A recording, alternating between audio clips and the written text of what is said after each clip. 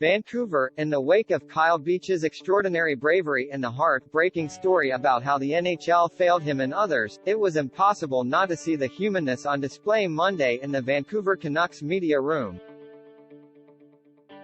Defenseman Travis Hamonic and winger Tyler Motte both cracked with emotion when they spoke a few minutes apart about rejoining the Canucks and their teammates after navigating mental and physical obstacles during extended periods away. The 26-year-old Motte, who has become a mental health advocate after publicly revealing his own struggle with depression and anxiety, became emotional talking about emerging from last year's pandemic season, which ended for him with spinal surgery in June that made him wonder about his future as a player. The emotional strain endured by Hamonic, 31, was even more obvious to reporters, albeit more mysterious, too, because neither the veteran defenseman nor Canucks coach Travis Green volunteered much detail about the vaccination and pandemic-related restrictions that caused him to miss training camp in all of October.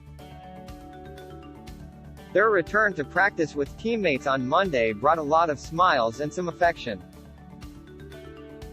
Winger Brock Boeser greeted Hamonic with a big hug. "I think, on the outside, people don't always see how much we actually care for each other and how far that goes," Hamonic told reporters in his first in-person media availability since joining the Canucks before last season. "So I wanted to come out and obviously speak and just publicly thank the organization because it's made a world of difference in me and my family's life in the last couple of months. I will say that I am vaccinated and I am following all the protocols right now that are in place until that process is done. I am here. I am excited to be here. I am proud to be a Canuck. This has been an extremely difficult time for me the last little while. I would say I am just me, you know, I mean, me and family have been going through a lot. You can probably hear it in my voice right now. This isn't an easy thing for me to be doing, but I understand it needs to be done.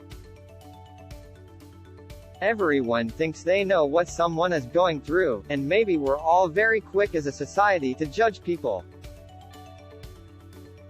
I don't know, maybe we should look at it with the glass half full instead of half empty and try to see the good in people and what they're going through. Instead of trying to paint every single individual into one corner when no one even knows a remote percentage of what the full picture really looks like." The St. Malo, man, native has spoken openly about the impact of losing his father when he was 10 and, a couple of years ago, the ordeal of his having his daughter, Charlie, hospitalized with a serious lung condition. That led Hamonic to opt out of the Calgary Flames playoff bubble in the summer of 2020. Hamonic was the Flames nominee for the King Clancy Trophy in 2018 for his charitable work, which includes advocacy and support for Indigenous people. "I've been very forthcoming with a lot of aspects of my life, but this is something that's pretty personal," he said of the last 6 weeks, later adding, "I am just trying to do what's right for me and my family and get through this time, and I am happy to be here. The hardest part about what I've been going through is that I haven't been around.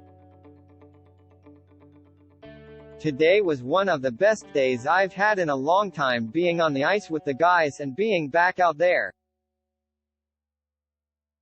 Green said Hamonic will be double vaccinated soon. Considering that statement and Hamonic's assertion that he is vaccinated, it is probable that, as of Monday, he had either not received his second dose or at least had not passed the 14-day post-injection period to qualify as fully vaccinated.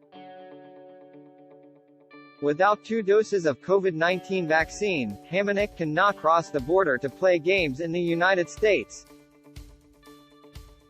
But he is eligible to play in Canada, as he did on Saturday for the Canucks American League team in Abbotsford, BC,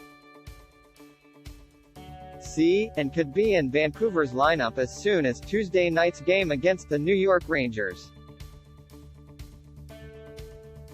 Green said it may still be a few games before Motte plays. The emotions of the players return, plus their physical styles and ability to kill penalties, should help a Canucks team that has lost 3 straight home games by a single goal. 4 games remain on Vancouver's homestand before the team leaves for a 3-game U.S. road trip that starts November 11 in Denver. Motte said surgery for a bulging disc in his upper spine was the result of wear and tear over several years. Former Canuck Derek Dorsett was forced to suddenly retire in 2018 after returning from back surgery. Unfortunately, your mind goes worst-case scenario sometimes, but I've been told that we're at no risk of that right now, Motte said. I should have no issues. Motte hasn't played since April 29.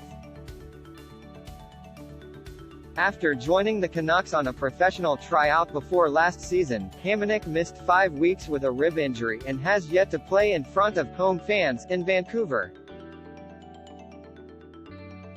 His last game was May 19 to make roster room for Hamonic. The Canucks reassigned rookie defenseman Jack Rathbone to the All. Man, it's good to be back, Motte said. Just being a part of opening night and having the fans and everyone back, it brings a lot of life back to me and my daily routine in life. And hopefully we're able to bring a little bit of that back for everyone else.